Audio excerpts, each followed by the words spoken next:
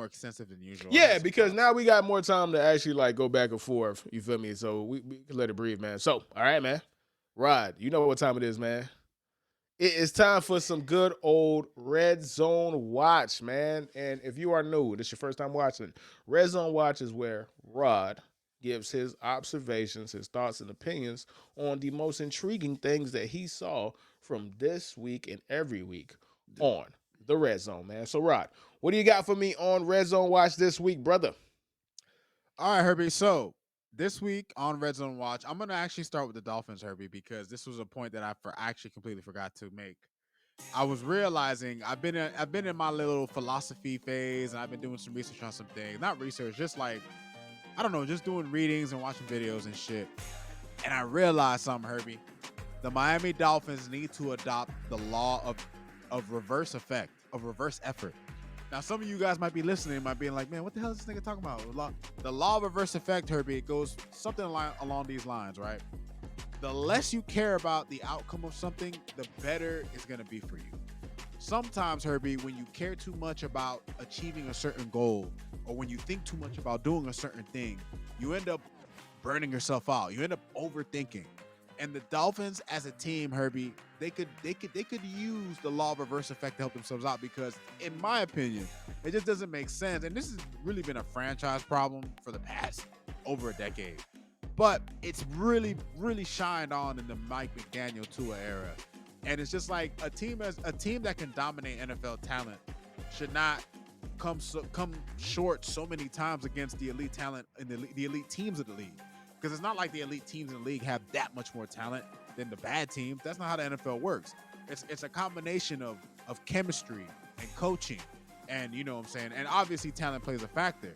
But to be able to dominate talent in the NFL on a week-to-week basis, and then when you go up against talent that matches you, and for you to look as bad as we often do, I think it's a mental. I think the Dolphins are head cases, Herbie. I think the Dolphins are a team. Whether you look at the way the offense might play, whether you look at the way the defense might play, whether you look at the way McDaniel coaches, the way he calls plays, the kind of plays he calls, it just seems like today against the Niners, Mike McDaniel didn't really overthink shit. You know what I mean? But against the Texans, he overthought shit. Against other teams, Bills early in the season, you overthink things. I just think the Dolphins, when it comes time for them to play elite competition, when it comes time for them to when they play against the upper echelon of the league, look at them like how you look at bro. Look at them like how you look at the Raiders. Look at them like how you look at the Patriots. I think sometimes the Dolphins get in their own heads, Herbie. That's my first red zone thought. I just forgot to mention it in the Dolphins segment. Second red zone thought, Herbie. And for those of you watching, this week I decided to kind of put a theme, put a spin on Red Zone Watch. So I'm going to focus mostly on divisional matchups and games. So I'm going to start with a game that wasn't even on Red Zone. I'm going to start with Thursday Night Football, Herbie. Broncos, Chargers. My Red Zone thought for that game, and it's not even really about the game. I'm just going to keep it 100 with y'all. For whatever reason, the Chargers perform when I don't put money on them. See, when I want to put money on the Chargers, they show us who the fuck they really are. But for some reason, when I put money on the Broncos or when I don't put, all of a sudden Justin Herbert wants to look like a clutch quarterback. He doesn't want to throw the game-ending picks I'm used to seeing him throw. like the Chargers hurt me on one of the most maddening teams in NFL history. I don't know how their fans make it, Herbie. And the Dolphins are a maddening team too, but the Chargers are maddening in a different way because y'all have had a quarterback for God knows how long, since the early 2000s, and yet you're always in the same fucking place somehow for some reason, whether it's injuries, whether it's just a bad year by the quarterback, whether it's a bad defense, whether it's a bad coach. You had Brandon Staley for all these years. Now you got Jim Harbaugh.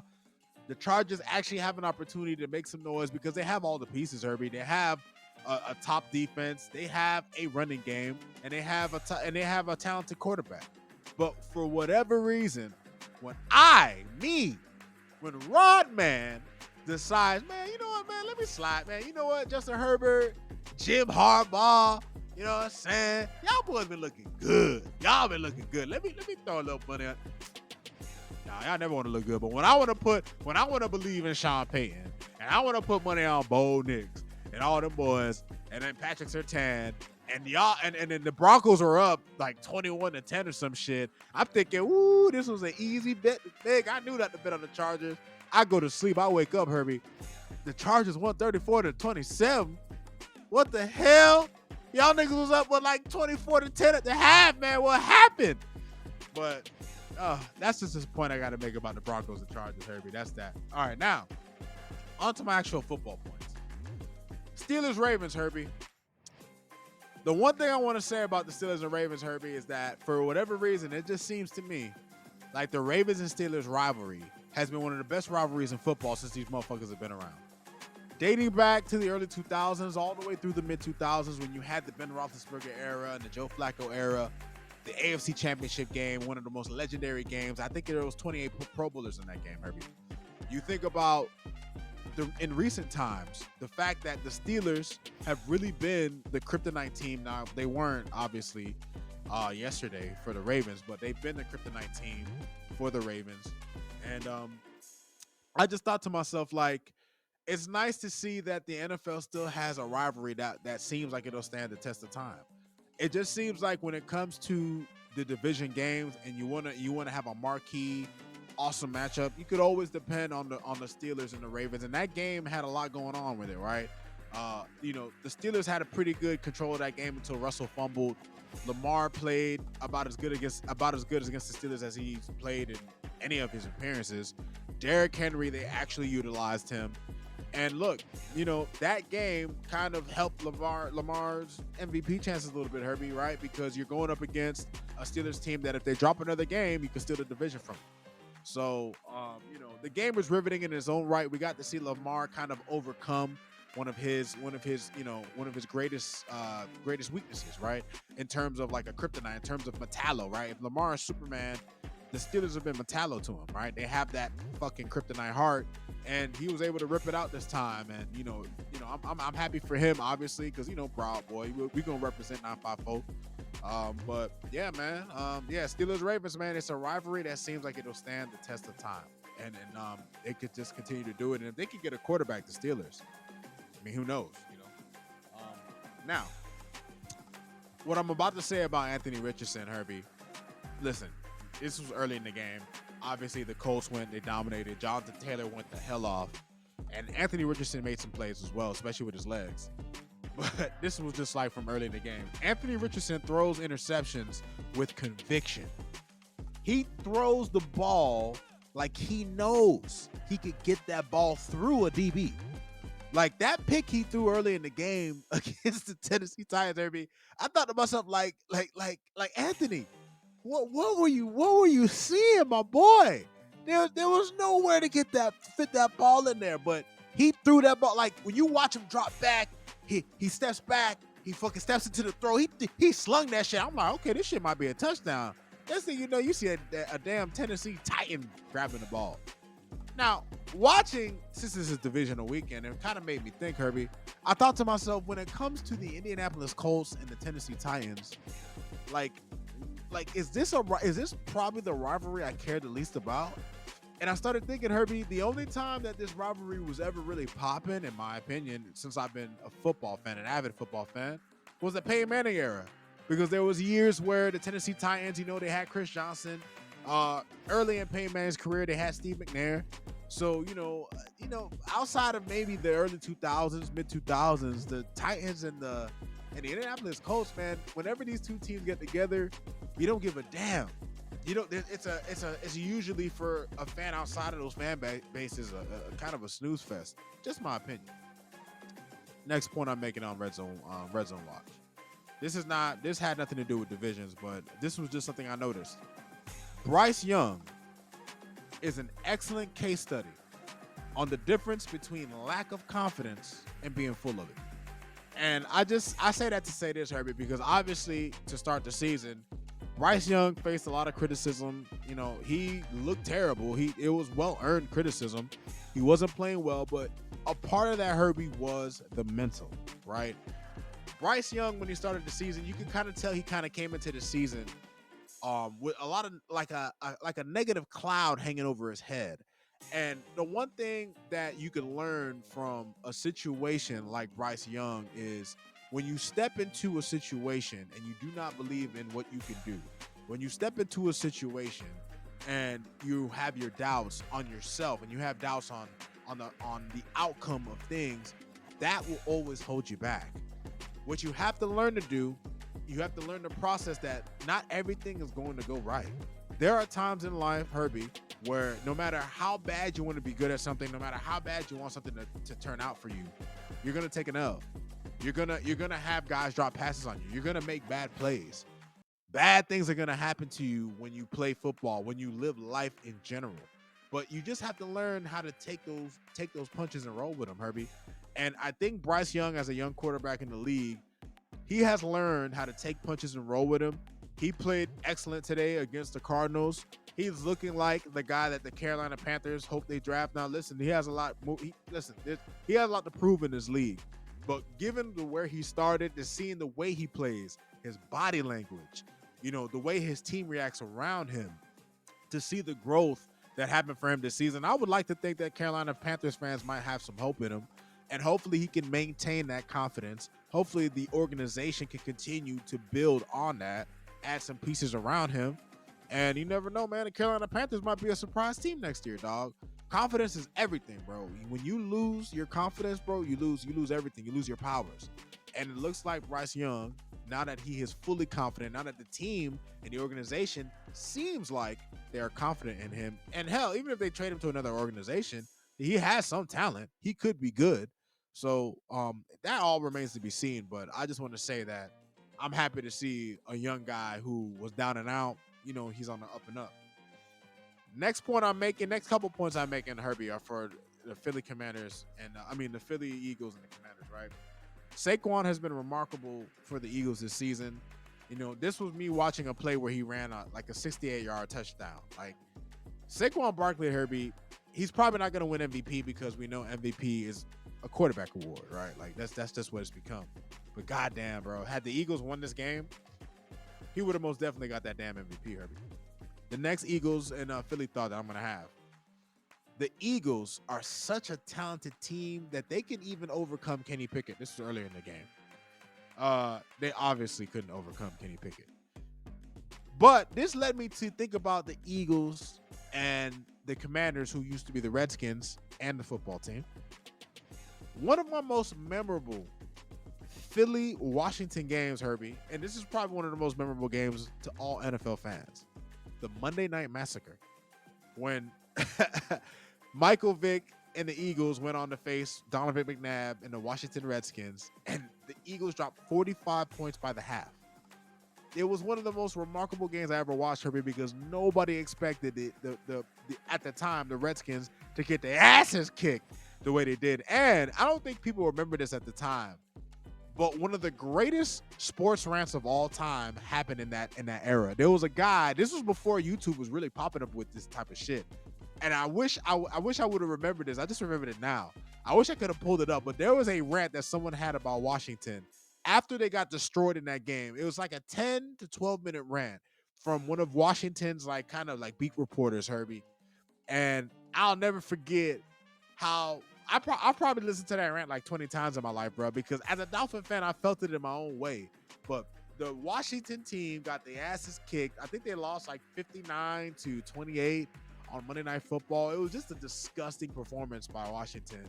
And to see the brightness of the future that they have, Herbie, the brightness that both of these teams have, like, as much as you obviously we ain't doing this. Fuck that. Fuck the Eagles. Fuck them bitch ass niggas. I'm not co-signing nothing where you going. I'm not following you. That train that you trying to take, wherever you trying to go, drop that shit off the fucking rails, nigga.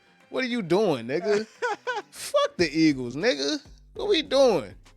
You feel me? You ain't gonna hear me saying, man, shout out to the Bills or look at the pick. Nah, it's fuck them niggas for life, bro. It's up. Commanders up. How about the Commanders? Man, my hate for the Commanders go back to the 70s, dude. When their coach accused us of sneaking out of their training camp and recording their plays. We were doing that, by the way, with Tom Landry. But we ain't gonna speak on that, man. Fuck them too. Fuck them niggas, man. What you doing? Yeah, they got a bright future. Fuck them, all right? I'm sorry. I let you cook, but I wasn't going down for that, all right? Now, I obviously hate the New York Giants, but they're a dumpster fire, bro. So it's not even fun to say fuck them.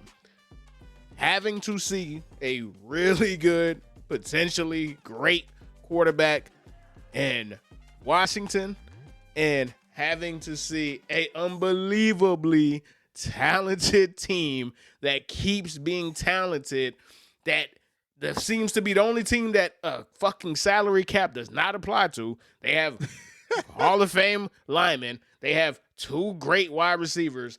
They have the running back of his generation. They have a $55 million quarterback.